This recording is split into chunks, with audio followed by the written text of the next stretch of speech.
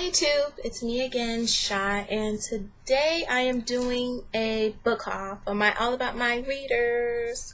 So these are just all the books that I purchased in the month of March, and it's not going to be a long video because I did not make that many purchases. Well, I shouldn't have made no purchases in March at all because I have so many books that I haven't even touched yet, but I'm a psycho. So I did it anyway. But yeah, let's just get into it. And again, I'm at my job. As you can see, I film here more than I film at home because, I don't know, here I can just sit still and focus and do it. When I'm home, all I want to do is get in my bed, eat, and just read. Okay, so first things first is the 50 Shades of Grey trilogy. I think that's the name of the series. I think it is. So yeah, I mentioned this like 3 times already. So yes, that's the first one. Loved it. Next is 50 Shades Freed, again by E.L. James, for those of you who don't know. E.L. James. 50 Shades Freed.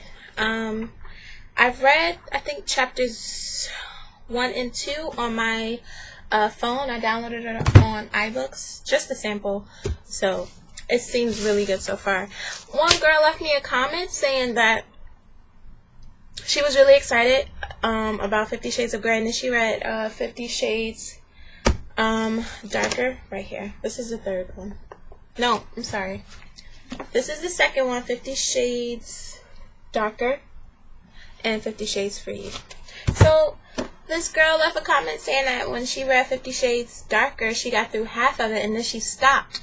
And that scared the crap out of me. And I'm like, oh, what could it be? What could it be? Does it get bad? Does it get too cheesy? Does it get too intense? What is it that made her stop reading this? I'm like so curious. So, anywho, I just felt to share that with you. So yes, I got the entire series. And I cannot wait to read the entire series, and a book review on the entire series will be up shortly after, because I'm sure I'll finish this by next week sometime. Maybe before the weekend is over, because you know, psycho. I read the first one in a day.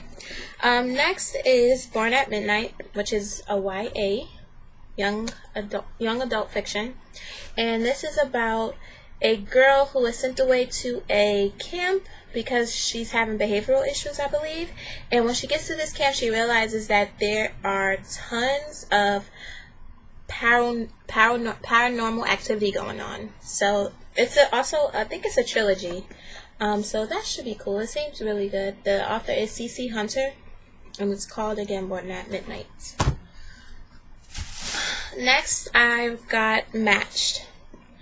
And I've seen this book so many times on YouTube. Every time I go to Barnes & Nobles, it sticks out at me, but I just never was interested. And then, who was it? I think Al Fowler or someone went into depth about what it was about.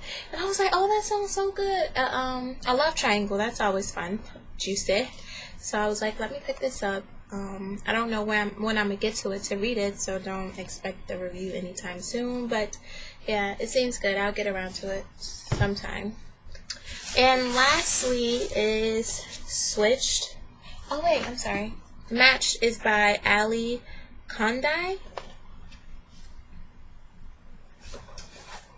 Yeah, and this one is about, it's a dystopian, and it's about a girl who, well, in their society, they are matched with someone, but in her case, 2 people came up, and so now she has the chance to really see who she really wants to be with.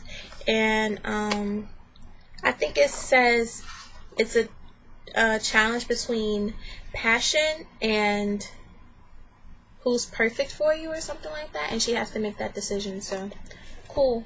Sounds cool. Next is Switched, and this is a trilogy, I think, and it's called A Trial Novel, and this is the first one. The second one is called Torn, and the third one is called Ascend. You can't see, sorry. So, and this is by Amanda Hocking, And this book is about a girl named Wendy. She is 16 years old, and her mother tried to kill her when she was young because her mother thought she was evil.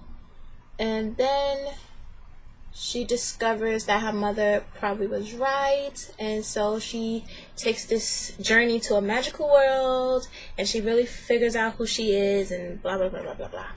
I'm not really excited to read this, but I've seen this book so many times, and it's been on so many of my wish lists, so I was like, okay, let me just buy it, and hopefully I'll get to it soon, and maybe I'll really like it. So yeah. Okay, so that's it for my book haul. These were all the books that I purchased in March, and hopefully you won't be seeing another book haul for a long time because I really do not need to be buying any more books. So another girl left me a comment just saying that I should, she wasn't being disrespectful or anything. She was just like, I should invest in an e-reader, and I could definitely understand where she's coming from because it's less wasteful. I mean, this is a lot of paper, guys, just to be sitting on our shelves, right? And so, and it's also cheaper to download a book, like, whereas I paid, on 50 Shades of Grey, I paid $30, and then on the other two, I paid $20, and on the e-reader, it's only $10. So I definitely understand where she was coming from. But in my opinion, on the whole e-reader thing, I feel like once everybody have e-readers, we will not have actual books. You know what I mean? There will be no libraries, okay? I'm like extremist on this point of view. Like, I have to have a book. I have to be able to be around books. Like, I'm just on that type of level. I've always had a love for reading. I always loved books. I always love just walking through the aisles and looking at them and turning it over to read the synopsis. Like, I'm just into the actual physical, real thing. And to actually sit there and hold an e-reader and look at the screen for so long, my eyes will just start to water, and it'll just be too much. I don't want to do that. I don't want to do that. I want to open a book up. I want to smell the book. I want to actually have to hold it open and read, and I just love the physical. And I feel like everyone is jumping on the e-reader wagon, which I have no problem with. Do your thing, whatever suits you, do it, as long as you're reading. But I feel like if everybody gets an e-reader, there will be no more. You see, Borders closed down. I mean, if Barnes & Noble's closed down, I swear to God, like, I will have a meltdown, like a psychotic break, because I just need somewhere to go and, you know, be around people that are interested in books, interested in the same thing as me. I need to be able to go somewhere and look and see books, just to be surrounded by it. It's just beautiful. So I just feel like e-readers are soon going to replace actual books, and no one's going to feel like it's necessary to buy an actual book. And so I feel like if that happens, like I said, there will be no more libraries. Well, of course there will be libraries. Well, maybe not. There will be no more Barnes & Nobles. There will be no more Books A Millions. It'll just be a really sad thought. And so that's why I do not have an e-reader, nor will I ever purchase an e-reader. I'm sure someone will probably get it for me eventually. I know my best friend, she wanted to get me a Kindle, but luckily she called me and asked me before she actually bought it, and I told her no. So yeah, I'm just not an e-reader girl at all. But thanks for your concern, and thanks for your suggestion. I really appreciate it. So anywho, that's it, and thanks for watching.